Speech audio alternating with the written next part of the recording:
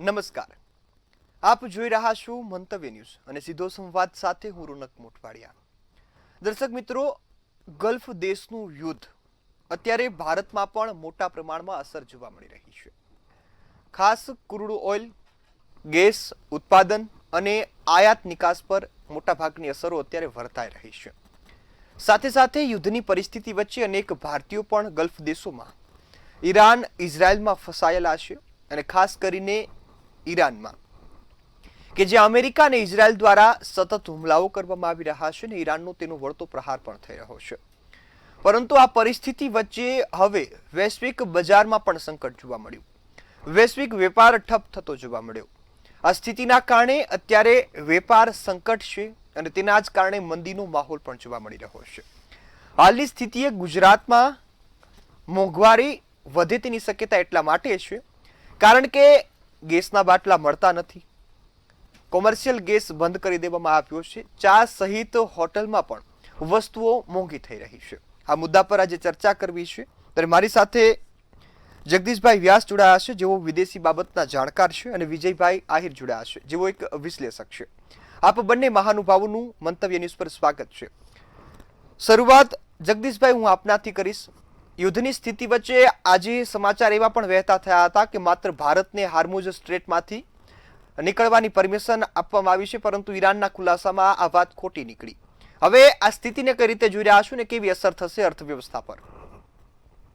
હાજી, આજના દિવસમાં જે આપણે સમાચાર જોયા કે આપણા વિદેશ મંત્રી જયશંકરે જ્યારે અબ્બાસ અઢારચીને સાથે વાત થઈ ત્યારે એમ કહેવામાં આવ્યું હતું કે ભારતના આ રીતના જહાજોને જવામાં આવશે અને એક બેને પરમિશન પણ આપી દીધી છે, એવા સમાચાર હતા.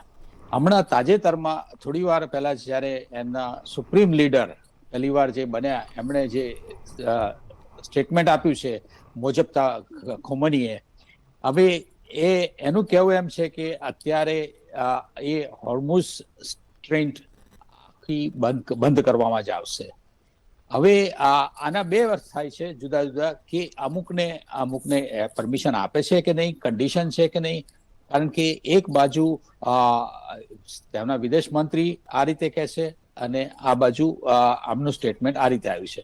પણ સુપ્રીમ લીડરે પહેલી વાર, ત્યારે સુપ્રીમ લીડર બન્યા પછી પહેલી જ વાર એમણે આજે જે સ્ટેટમેન્ટ આપ્યા છે એમાં એમણે અમેરિકાને ચોખ્ખી જ ધમકી આપેલી છે કે આ યુદ્ધ બંધ નહીં થાય. અને એની એટલું જ નહીં, પણ એમણે જે ખાડીના દેશો સાથે જ્યાં આગળ તેમણે આ રીતે મિસાઇલો નાખી છે, તો એમને પણ કહી દીધું કે અમે જ્યાં સુધી અમેરિકા સાથેથી દૂરી નહીં કરો ત્યાં સુધી અમે તમારી સાથે પણ આ રીતનો વ્યવહાર કરીશું. એટલે એક જાતનું આ યુદ્ધને એક એસ્કેલેશન, થોડું આગળ સ્ટેપ વધારે થઈ ગયું હોય એવું લાગ્યા કરે છે. પરંતુ એની સામે ભારત આપણે હંમેશા વિકલ્પ આપણને મળતા જ રહ્યા છે અને આપણે શોધી જ રહ્યા છીએ. હવે એવું કહેવામાં આવે છે કે આપણે ક્રૂડ બીજા દેશોમાંથી આવતું શરૂ થઈ ગયું છે.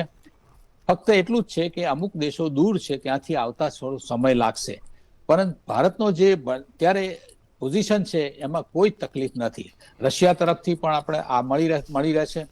આ ઉપરાંત કેનેડા, નોર્વે, એ બધા કન્ટ્રીમાંથી પણ આપણે આવવાના શરૂ થઈ છે. એમાં એ માર્ગે કોઈ જાતની તકલીફ નથી. પરંતુ એ સમય હજી પસાર કરવામાં, કારણ કે ઓછામાં ઓછા 5 અઠવાડિયા લાગે ત્યાંથી આવતા. તો આ દરમિયાનમાં ભારત પાસે ઇનફ છે કે નહીં એ સવાલ છે. હવે વાત રહી એલપીજી એન્ડ સીએનજી. હવે ગેસ અત્યાર સુધીમાં આપણે બધા કન્ટ્રીમાંથી લેતા હતા, પણ સૌથી વધારે આપણે કન્ટ્રીમાંથી આપણે લીધા છે એમાં ખાસ કરીને યુએઈ, કતાર, સાઉદી અને કુવૈત, આ બધા કન્ટ્રીમાંથી આપણે ગેસ લઈએ છીએ. સૌથી વધારે યુએઈમાંથી લઈએ છીએ. એટલે અત્યારે જ્યારે આ માર્ગ બંધ છે હોર્મુઝ સ્ટ્રીટ, ત્યાં સુધી આ તકલીફ રહેવાની છે. પરંતુ ભારત પાસે એનો ભંડાર પુષ્કળ છે, સફિશિયન્ટ છે. અને આજે સદનમાં પણ આ ડિક્લેર કરેલું છે આપણા મંત્રી પુરી સાહેબે, અને બહુ સ્પેસિફિકલી આખો જવાબ આપેલા છે. એટલે મને એમ લાગે છે કે એ વિશ્વાસ ઉપર આ ચોક્કસ લોકોને શાંતિ થશે કે આપણને ગેસની તકલીફ થવાની નથી. હા, કોમર્શિયલ ગેસનું જે રિસ્ટ્રિક્શન્સ મૂક્યા છે એ એક જરા બહુ ચર્ચાનો વિષય છે. ખાસ કરીને મને એમ લાગે છે કે જો હોસ્પિટલ પછી આ રીતે અમુક એવા એસેન્શિયલ સર્વિસીસમાં જો કોમર્શિયલ સિલિન્ડરની પરમિશન આપવામાં આવે તો એ સારું કહેવાય. ઘણી બધી હોસ્ટેલ્સની અંદર ઘણી બધી કંપનીઓ, સરકારી કંપનીઓમાં પણ એમના એમ્પ્લોઈઝ માટેની રસોઈ બનાવવામાં આવે છે. આવા બધા એક્સેપ્શન્સ થઈ શકે એમ છે. ભલે રેસ્ટોરન્ટને અસર હમણાં થશે એ આપણે સહન કરી શકીશું અથવા આપણે એનો વિકલ્પ શોધી શકીશું, પરંતુ આના માટે એક આવો વિકલ્પની જરૂર છે. જગદીશભાઈ, આવું ફરીથી આપની પાસે. આપણી સાથે જયદેવભાઈ જોશી પણ જોડાઈ ગયા છે, જેઓ ડિફેન્સ એક્સપર્ટ છે. જયદેવભાઈ, આપનું પણ ખૂબ સ્વાગત છે મંતવ્ય ન્યૂઝ પર. જયદેવભાઈ, હવે હું પહેલા તમારી પાસે આવીને યુદ્ધની પરિસ્થિતિ જાણવાનો પ્રયાસ કરીશ અને ખાસ દર્શક મિત્રો જે જોડાયા છે, અત્યારે યુદ્ધની પરિસ્થિતિ શું છે અને તેનાથી અસરો શું શું વર્તાઈ રહી છે વિશ્વ પર? જી નમસ્કાર, મારો અવાજ પહોંચે છે આપના સુધી બરાબર? જી, અત્યારે જે યુદ્ધની પરિસ્થિતિ છે એ જરા વિચિત્ર અને વિલક્ષણ એવી પરિસ્થિતિ છે. આવી પરિસ્થિતિ વિશ્વમાં ક્યારે પણ સામરિક ક્ષેત્રમાં જોવાની નથી. બે સબળા કહી શકાય તેવા રાષ્ટ્રો ઇઝરાયલ અને અમેરિકા પોતાના સંપૂર્ણ મિલિટરી માઇટ સાથે પણ એવું ઈરાન કે જેની કમર તૂટી ગઈ છે, એવું ઈરાન કે જેના શીર્ષ નેતૃત્વનો ખાત્મો બોલી ગયો, એમને પણ અત્યારે રોકી શકતા નથી. ઇઝરાયલનું આયર્ન ડોમ ફેલ થાય છે ક્યારેક ક્યારેક, અને ઈરાનની સસ્તીનો અર્થ ગુણવત્તામાં ઓછું નથી પણ બહુ જ ઓછા ખર્ચે બનાવી શકે તેવી મિસાઇલ, ડ્રોન અને યુએવી સિસ્ટમ અને સાથોસાથ અલગ અલગ લોન્ચ પેડ ઉપરથી અટેક કરી શકવાની ઈરાનની ક્ષમતા અને એના કરતાં પણ વધારે ઈરાનની એ ઓડાસિટી અને એ જેને અત્યારે કદાચ ફૂલ હાર્ડીનેસ કે પછી જરા એનું અતિશયોક્તિ કહી શકો, પણ એવા દરેક ગલ્ફ રાષ્ટ્રો કે જે એમના પાડોશી છે, જે ઇસ્લામિક રાષ્ટ્રો છે, તેમ છતાં પણ જો ત્યાં અમેરિકી સૈન્ય થાણાઓ હોય તો તેના ઉપર સતત ને સતત અટેક કરતા રહેવાની જે ખંતથી જે લડાઈ લડી રહ્યા છે, આમાંથી કોઈ દૂધે ધોયેલા નથી, પણ જે લડાઈ લડી રહ્યા છે એ એક અલગ જ પ્રકારની હાઇબ્રિડ લડાઈ વિશ્વ સામે રજૂ કરી રહી છે. અને દુઃખની વાત એ છે કે આ ત્રણ રાષ્ટ્રોની લડાઈ ગલ્ફના રાષ્ટ્રોમાં ફેલાઈ રહી છે. સ્ટ્રેટ ઓફ હોર્મુઝના બ્લોકેડ અને એ બધી સ્થિતિને કારણે બીજા દેશોને પણ આની અસર થઈ રહી છે. અને સ્ટ્રેટ ઓફ હોર્મુઝના બ્લોકેડની વાત ના હોય તો પણ આંતરરાષ્ટ્રીય સ્પેક્યુલેટિવ માર્કેટમાં ક્રૂડ ઓઇલને કારણે શેર માર્કેટમાં બધી જગ્યાએ આનો રકાસ થઈ રહ્યો છે. અને સૌથી ખરાબ જે કંઈ પણ થઈ રહ્યું છે તો એ છે કે માનવ અધિકારોનું હનન છે અને કોઈ પણ સૈન્યવી શિસ્ત અને સૈન્યવી સંયમનું પણ હનન છે, જ્યાં રહેઠાણી ઇલાકાઓમાં, રહેવાસી ઇલાકાઓમાં જે પ્રકારના અટેક થઈ રહ્યા છે, બહુ વિચિત્ર સ્થિતિ છે. એક ભરેલો દાવાનળ હોય અને ક્યારે ફાટે એવી સ્થિતિ છે. પણ ટ્રમ્પના તેવર થોડાક ઢીલા પડ્યા છે શેર માર્કેટના કારણે, ક્રૂડ ઓઇલના ભાવના કારણે. એટલે શીર્ષ નેતૃત્વને બિનકારગર સાબિત કરીને સાવ શરૂઆતમાં જે એમણે વાત કરી હતી સત્તા પરિવર્તનની, એ વાત મૂકીને બહુ જ જલ્દી અમે અમારા મિલિટરી ગોલ અચીવ કરી રહ્યા છે એવું કહીને કદાચ 1 કે 2 અઠવાડિયામાં ભીનું સંકેલીને માનભેર એક્ઝિટ થઈને, માનભેર આમાંથી નીકળી જવાની પેરવી કરતા હોય એવું અમેરિકાના સેક્રેટરી ઓફ સ્ટેટ, એટલે કે એમના ત્યાંના ગૃહમંત્રી કહેવાય, અને સેક્રેટરી ઓફ ડિફેન્સ એટલે રક્ષામંત્રી કહેવાય, એ લોકો પોતપોતાની પ્રેસ કોન્ફરન્સમાં આવું ફેરવી તોડતા હોય અને કદાચ વહેલી લડાઈ પૂરી થાય તેવું વાતાવરણ અત્યારે જોવામાં આવી રહ્યું છે. જી બિલકુલ. વિજયભાઈ, હવે હું આપની પાસે આવીશ અને ખાસ અર્થવ્યવસ્થા અને આર્થિક રીતે આ યુદ્ધના કારણે ભારત, ગુજરાત અને ગુજરાતને નાગરિકને કેટલું નુકસાન થઈ રહ્યું છે એ જાણવાનો પ્રયાસ કરીશ. કારણ કે ગેસના બાટલાના ભાવ વધી ગયા છે, કદાચ આગામી સમયમાં હજુ પણ વધશે અને અન્ય બીજી ચીજ વસ્તુઓ પણ મોંઘી થઈ શકે. જુઓ, અત્યારે હાલ જે પરિસ્થિતિ જીઓપોલિટિક્સમાં આપણે જોઈ રહ્યા છીએ, ત્યાં the trades are being weaponise to enforce the states which are part of this war. એટલે વેપારને અત્યારે હથિયાર તરીકે યુઝ કરવામાં આવી રહ્યો છે. જે એટેકર્સ છે અમેરિકા અને ઇઝરાયલ, એને દબાવવા માટે. સ્ટ્રેટ ઓફ હોર્મુઝમાંથી ઓલમોસ્ટ વિશ્વનું 20% ઓઇલ એન્ડ ગેસને જે છે એ ડેલી પસાર થાય છે. આશરે 20 મિલિયન બેરલ ઓઇલ છે દિવસનું સ્ટ્રેટ ઓફ હોર્મુઝમાંથી પસાર થાય છે. હવે આ સ્ટ્રેટ ઓફ હોર્મુઝ છે શું? એ ગલ્ફ ઓફ પર્શિયા અને ગલ્ફ ઓફ ઓમાનને જોડતું એક નાની એવી ખાડી છે જેની વિડ્થ છે અરાઉન્ડ 33 કિલોમીટર, અને એમાંથી આટલો મોટો ટ્રાફિક દિવસ લાઈક કેટલાય શિપ્સ એમાંથી પસાર થાય છે જે એશિયન કન્ટ્રીઝને ઓઇલ એન્ડ ગેસ પ્રોવાઈડ કરે છે. આ જે જિયોગ્રાફિકલ કનન્ડ્રમ છે ઓર એક આમ ગુથ્થી જેવું છે, એને પાર કરવા માટે સાઉદી અરેબિયા, યુએઈના દેશોએ ત્યાંથી શિપ્સ ના પસાર કરવી પડે એટલે પાઇપલાઇન્સ વગેરે નાખ્યું છે, પણ એમાંથી પસાર થતું જે ક્રૂડ ઓઇલનું વોલ્યુમ છે એ કમ્પેર ટુ જે શિપ્સથી પસાર થાય છે સ્ટ્રેટ ઓફ હોર્મુઝમાંથી એ ખૂબ જ ઇનસિગ્નિફિકન્ટ છે. અને આ વસ્તુનો અંદાજો ઈરાનને છે અને સાથે સાથે યુએસ અને ઇઝરાયલને પણ છે.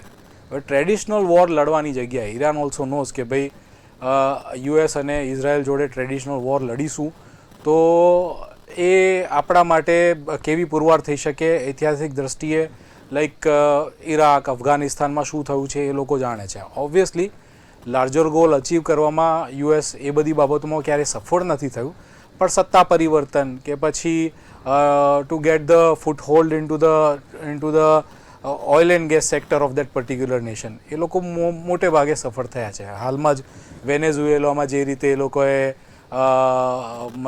ત્યાંના સિટિંગ પ્રેસિડેન્ટને કેપ્ચર કરીને ત્યાં ઓઇલ એન્ડ ગેસમાં એક ફૂટહોલ્ડ કેપ્ચર કર્યો, એ જ વસ્તુ કદાચ ઈરાનમાં પણ એ ટ્રાય કરી રહ્યા હતા.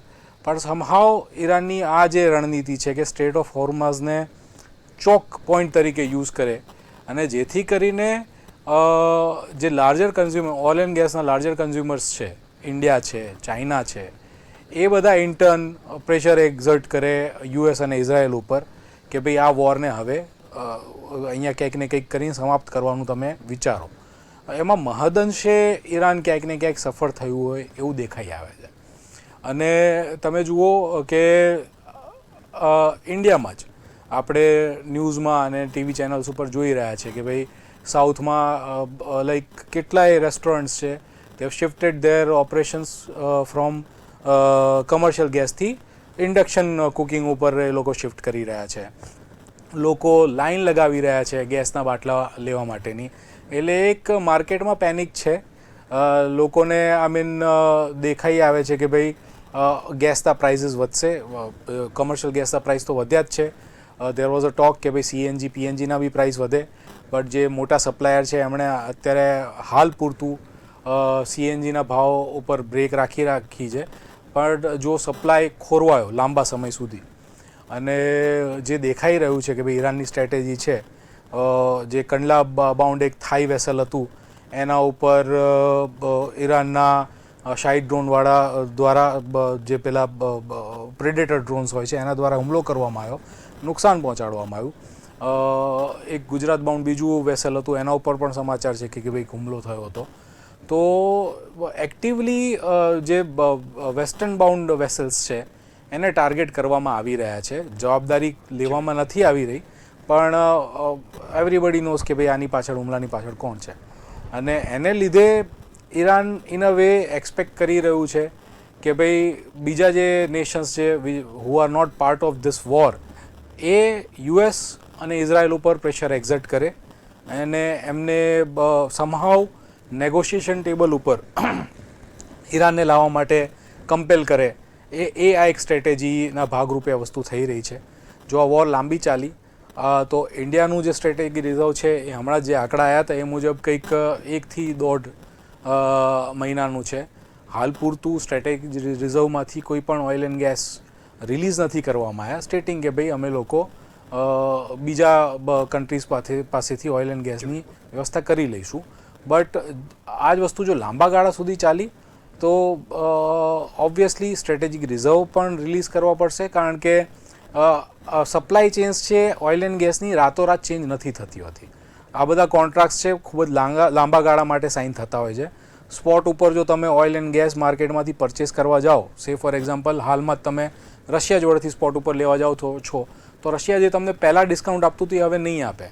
ઓસ્ટ્રેલિયા કે કેનેડા જોડેથી તમે સ્પોટ ઉપર ધારો કે ઓઇલ એન્ડ ગેસ લેવા જાઓ છો તો એ લોકો પણ માર્કેટના પ્રાઇઝીસ તમને કોટ કરશે અને માર્કેટમાં ક્રૂડ ઓલમોસ્ટ અત્યારે 100ની ઉપર જતું રહ્યું છે અને જો આ ચોક પોઈન્ટ રહ્યો તો એ 150 બી ટચ કરે છે અને એ કેસમાં I don't think so we are well place to weather this increase in the price. આપણે એવી પોઝિશનમાં નથી કે ભાઈ આવો પ્રાઇસ આપણે વેધર કરી શકીએ. ઓબ્વિયસલી આ બધી જ વસ્તુઓ ડાઉનસ્ટ્રીમમાં કન્ઝ્યુમરને ભોગવવી પડશે. જી બિલકુલ. જગદીશભાઈ, હવે હું આપની પાસે આવીશ. એક ખાસ ટ્રમ્પના કહેવાથી જો આપણે રશિયા પાસેથી ઓઇલ ખરીદીએ તો કદાચ રશિયાને ખોટું લાગી શકે, સંબંધ બગડે એવું લાગે છે આપને? ભારતના આ સંબંધ છે રશિયા સાથે એ એટલા બધા ગાઢ છે કે આજે નહીં પણ 50-60 વર્ષથી આપણા સંબંધ છે અને રશિયા એ રીતે ભારત માટે બહુ જ પ્રેક્ટિકલ એપ્રોચ રાખેલો છે અને જ્યારે આ ટ્રીટી સાઇન કરી ત્યારે પણ આ વાતને ખબર હતી અને જ્યારે અમેરિકા ટેરિફના નામ પર આપણને પ્રેશર આપતી હતી ત્યારે પણ રશિયાનો સપોર્ટ થતો હતો. બીજું કે આપણે રશિયા પાસેથી ક્રૂડ લેવાનું બિલકુલ બંધ કર્યું નથી. આપણે એ વખતે પણ આપણે ઓછું કર્યું છે અને હવે તો એનો પ્રશ્ન નથી.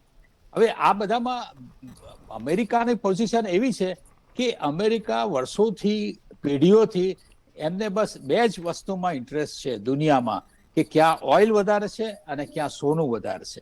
હવે તમે જોઈએ તો આની અંદર વેનેઝુએલા પર પાછળ પડ્યા તો એનું ઓઇલનું લઈ લીધું અને હવે પોતે આ રીતે ઈરાન પાસે પણ પુષ્કળ દુનિયાનો બીજા નંબરનો જથ્થો છે ઓઇલનો. તો ઈરાન અને વેનેઝુએલાનું ભેગું કરો તો દુનિયાનું 1/3 કરતા પણ વધારે ક્રૂડ ત્યાં આગળ અવેલેબલ છે. એટલે અમેરિકાને આ જ નજર પડશે. ભલે એ સેફટીના નામ પર વાત કરે કે આ રીતે મિસાઇલ્સ બધી બનાવે છે કે આ રીતે ન્યુક્લિયર વેપન્સ બનાવે છે, આ બધા એક દુનિયાને એક ભરમાવા માટેની વાત છે. બાકી ખરેખર તો એમની આ પહેલા પણ આપણે જોઈએ જ્યારે એમણે કોઈ પણ કન્ટ્રી ઉપર યુદ્ધ કર્યા છે, ઈરાક હોય કે લિબિયા હોય કે અફઘાનિસ્તાન હોય, આ બધાને એક સ્પેસિફિક કારણે જ કરેલા છે. ઈરાન પાસે પણ પુષ્કળ સોનું પણ છે એટલે દુનિયામાં સૌથી વધારે ઓઇલ ભેગું કરી અને અમેરિકા પોતે સુપર પાવર તરીકે રહેવા માંગે છે અને આ પહેલા આપણે જોયેલું છે કે ઘણા બધા કન્ટ્રીમાં એમને ફેલ પણ ગયા છે. ફક્ત ઈરાનમાં વધારે તકલીફ એટલે થઈ ગઈ કે એમને આટલી ખબર નહોતી, કારણ કે જે રીતે ઈરાને પોતે યુદ્ધ માટે તૈયારી કરી છે એ આ બહુ જ અદ્ભુત છે. કારણ કે ઈરાને જોયું હતું કે આ પહેલાની જ્યારે યુદ્ધ થયા ત્યારે એમણે બહુ ડોમિનેટ કરેલે છે અમેરિકાએ, તો આ વખતે ના કરે એટલા માટે આખું જે એમનું સ્ટ્રક્ચર છે એ બહુ જ સરસ રીતે રજૂઆત કરેલી છે એમણે અને એમના 32 કમાન્ડ એવા જુદા જુદા બનાવી દીધા છે કે એક પછી એક બધા જ યુદ્ધ માટે તૈયાર થઈ શકશે. હવે ક્રૂડની બાબતમાં ભારતે ઓલ્ટરનેટ શોધી કાઢ્યો છે. આપણે બીજા દેશોમાંથી આપણે ઓર્ડર આપી દીધા છે. આજે હરદીપસિંહ પુરીએ બહુ સરસ રીતે સ્ટેટમેન્ટ આપેલા છે કે કોઈ પણ જાતની ક્રૂડની આપણી પાસે પૂરતો જથ્થો છે અને પ્રોબ્લેમ મને એમ લાગે છે એક સીએનજી નો પ્રોબ્લેમ છે કે જે આપણે ભલે પ્રોડક્શન એવું કહેવામાં આવે છે કે લગભગ 28% જેટલું વધી ગયું છે આપણું અને આમ આપણે જરૂરિયાતના 25% ભારત હતું અને બાકી 75% જેટલું આપણે સીએનજી બહારથી લાવતા હતા. હવે એ કારણસર આ રીતે થયું છે. પણ મને એમ લાગે છે કે જ્યાં સુધી ભારતની ઈરાન સાથેની જે સ્ટ્રેટેજિક રિલેશનશિપ છે અને એમાં ભારત બિલકુલ કોઈ જાતના યુદ્ધમાં અંદર ઇન્વોલ્વ નથી કે ઇન્વોલ્વ થતું નથી, થવા માંગતું પણ નથી, તો પછી હોર્મઝ સ્ટ્રીટમાંથી આપણને જો આ ગેસનું એ થઈ જાય તો વધારે સારું પડે. પણ કે આમ જોવા જઈએ તો કતાર પાસેથી આપણે લઈએ છીએ. કતારે તો હવે સીએનજી નું પ્રોડક્શન જ ગેસનું પ્રોડક્શન જ બંધ કરી દીધું છે. હવે ફરી શરૂ કરે તો પણ એમ કહેવાય છે કે બે મહિના ઓછામાં ઓછા 2 અઠવાડિયા ઓછામાં ઓછા લાગે પ્રોડક્શન શરૂ થતા અને પછી બીજા 2 અઠવાડિયા અહીંયા આવતા. એટલે આ સીએનજી ની પોઝિશનમાં અત્યારે ભારત બહુ જ સતર્ક છે અને એના માટે જ ખાતરી આપી રહી છે લોકોને કે સીએનજી નો જથ્થો આપણી પાસે પૂરતો છે અને એ પડશે કરી શકે. જી બિલકુલ. હવે જયદીપભાઈ, હું આપની પાસે આવીશ. આ યુદ્ધ અત્યારે ઘાતકી બનતું જઈ રહ્યું છે એવું દેખાય છે. અત્યારે યુદ્ધની પરિસ્થિતિ શું છે અને ભારતને અત્યારે યુદ્ધના કારણે કયું નુકસાન થઈ રહ્યું છે? આપે છેલ્લું શું પૂછ્યું જરા ફરીથી રિપીટ છેલ્લી એક લાઈન. કે અત્યારે આ યુદ્ધ કેવી પરિસ્થિતિમાં છે, ઘાતકી છે કે સામાન્ય રીતે જે હુમલા એકાબીજા પર થઈ રહ્યા એવું છે, અને ભારતને શું નુકસાન થઈ રહ્યું છે? જી ચોક્કસપણે આ યુદ્ધથી બધાને નુકસાન થયું છે, પણ એક ડિપ્લોમેટિક અને થોડું આર્થિક નુકસાન ભારતને થઈ રહ્યું છે. ડિપ્લોમેટિક નુકસાન એ પ્રકારનું છે જે ઘણું અત્યારે લાઇમલાઇટમાં નથી આવી રહ્યું, અને અત્યારે આખું નરેટિવ ધ ગ્લોબલ ફોરમ એ બધા અમેરિકા તરફી વાત ચાલી રહી છે. એટલે પણ જે ડિપ્લોમેટિક વાત જે આવનારા દિવસોમાં મહિનાઓમાં કદાચ ચોક્કસપણે બહુ સારી રીતે નહીં જોવામાં આવે એ ચોક્કસ એ છે કે ઈરાનની જે શિપને ઇન્ટરનેશનલ વોટર્સમાં અમેરિકાના સબમરીને ડૂબાડી દીધી, આ પ્રકારનો બનાવ બહુ જૂજ બનતો હોય છે. વિશ્વયુદ્ધ પછી આ ત્રીજો માત્ર એવો બનાવ છે, અને એ વાતમાં પણ અમેરિકા ખોટું બોલ્યું હતું કે વિશ્વયુદ્ધ પછી પહેલી વાર એવું બને છે કે અમે કોઈ સબમરીન દ્વારા કોઈ યુદ્ધ જહાજને ડૂબાવ્યું, પણ આ ત્રીજો એવો બનાવ હતો. પણ આ ઈરાની નૌસેનાનું શિપ ભારતના આમંત્રણથી ભારતમાં એક શાંતિપૂર્ણ યુદ્ધ અભ્યાસ માટે આવેલું હતું. ઇન્ટરનેશનલ વોટર્સમાં દરેક દેશની સીમાથી 12 નોટિકલ માઇલ, એટલે દરિયામાં અંતરને કિલોમીટરની બદલે નોટિકલ દરિયાઈ માઇલમાં મપાય છે. એ 12 નોટિકલ માઇલ સુધી જે તે દેશની સીમા હોય, એ સિવાય હોય એ ઇન્ટરનેશનલ વોટર્સ હોય. એ ઇન્ટરનેશનલ વોટર્સમાં એટલે કે આંતરરાષ્ટ્રીય જળમાં, સમુદ્રમાં ક્યારેય પણ અનપ્રોવોક્ડ રીતે કોઈ પણ જે શિપ છે એને એટેક કરી શકાતો હોતો નથી. જો આ વાત આ જ રીતે આગળ વધે અને આવી જ ખૂંખાર રીતે અમેરિકા જે એટેક કરે છે, તો હજી પણ બીજા અમુક શિપ્સ કે જે ભારતીય આપણે 3 તરફથી દરિયાથી ઘેરાયેલા છે અને ઈરાની શિપ્સની મૂવમેન્ટ થાય છે, એ જો થાય તો એ ડિપ્લોમેટિકલી થોડું ખોટું, અને જો બીજો નુકસાન જો ભારતને સૈન્યવી રીતે કહો તો એ આપણને ઓવરઓલ જે નુકસાન થયું છે એ ક્રૂડ ઓઇલને એના કારણે થયું છે. જી બિલકુલ. અંતમાં વિજયભાઈ, હું આપની પાસે આવીશ. થોડી સમયની મર્યાદા છે, ટૂંકમાં મને થોડોક જવાબ આપશો જેનાથી લોકો વધુ સમજી શકે કે ભારતમાં મોંઘવારી વધવાના ચાન્સ કેટલા છે અને કયા મુદ્દા પર મોંઘવારી વધી શકે? આપણે આપણું 90% ક્રૂડ છે આપણે ઇમ્પોર્ટ કરીએ છીએ, અને જો વૈશ્વિક દ્રષ્ટિએ જોવા જાઓ તો we are the 3rd largest consumer of the oil and gas. અને ઓઇલ એન્ડ ગેસ જે છે એ બધી જ ઇન્ડસ્ટ્રીને ઇમ્પેક્ટ કરે છે ઇકોનોમિકલી, કારણ કે ટ્રાન્સપોર્ટેશનમાં ફૂડ એન્ડ ડ્રગ્સને ઇમ્પેક્ટ કરે, સાથે સાથે કેમિકલ ઇન્ડસ્ટ્રીને ઇમ્પેક્ટ કરે. બધી જ વસ્તુઓના હાર્દમાં ઓઇલ એન્ડ ગેસ રહેલું છે.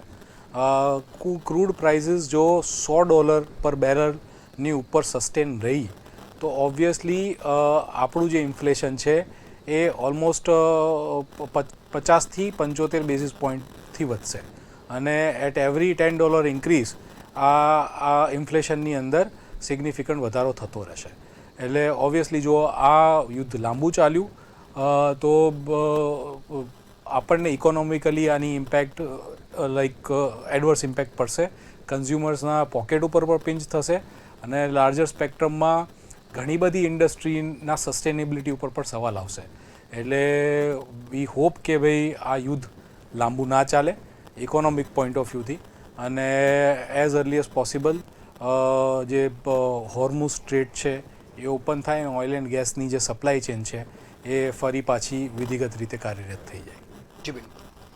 સમયની મર્યાદા છે એટલે કાર્યક્રમને સમાપ્ત કરવો પડશે. આપ સૌ અમારી સાથે જોડાયા, આ મહત્વના મુદ્દા પર ખૂબ સરસ માહિતી આપીને ચર્ચા કરી બદલ આપનો ખૂબ ખૂબ આભાર.